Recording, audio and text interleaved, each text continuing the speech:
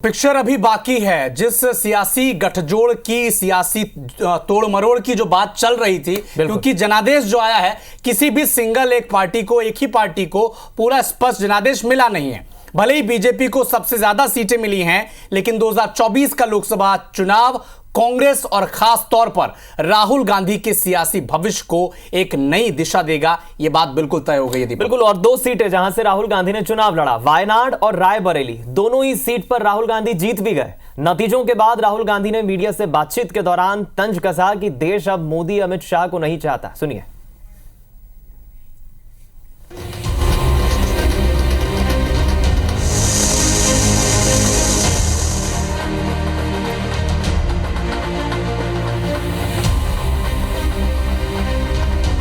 चुनाव नतीजों को देखकर राहुल गांधी सोच रहे होंगे कि कुछ तो अंधेरा छटा।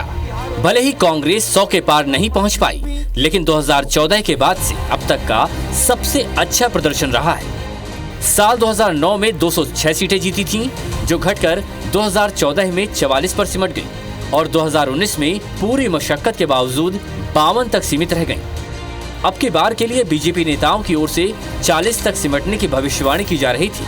ऐसे में इस बार का नतीजा कांग्रेस के लिए संजीवनी बनकर आया है। जो रिजल्ट है जनता की रिजल्ट है और ये जनता की जीत है और लोकतंत्र की जीत है। कांग्रेस को तो नतीजों ने हार में भी जीत जैसी राहत दी है, लेकिन सबसे बड़ी राहत राहुल गांधी को मिली है।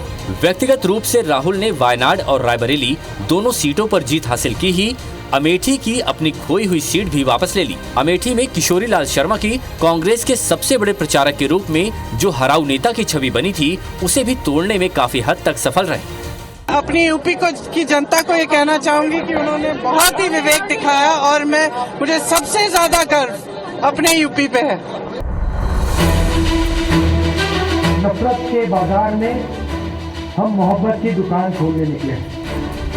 अब सवाल ये है कि राहुल गांधी ने ऐसा क्या किया जिसका फायदा उन्हें और कांग्रेस को मिला, तो इसका जवाब है आक्रामक चुनाव प्रचार, बेरोजगारी, महंगाई जैसे जनहित के मुद्दों पर फोकस, अहंकार को परे रखकर गठबंधन और अपने खिलाफ निगेटिव कैंपेन की सहानुभूति।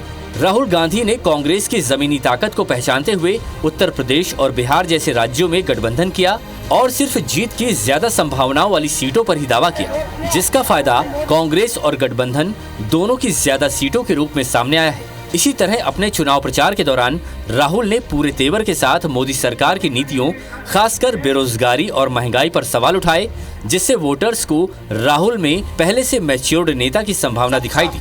राहुल गांधी ने कांग्रेस के न्याय पत्र में रोजगार, महिला स्वावलंबन जैसे मुद्दों के साथ साथ खटाखट फटाफट जैसे मास कनेक्ट का भी इस्तेमाल किया और अपने खिलाफ निगेटिव कैंपेन की भी उन्हें सहानुभूति मिलती नजर आ रही है, क्योंकि राहुल कहीं न कहीं जनता के मन में ये नैरेटिव कायम करने में सफल रहे कि वो बीजेपी के निशाने पर इसलिए हैं क्योंकि अरबपतियों की नहीं, गरीबों की बात करते हैं। Election desk, IBC 24।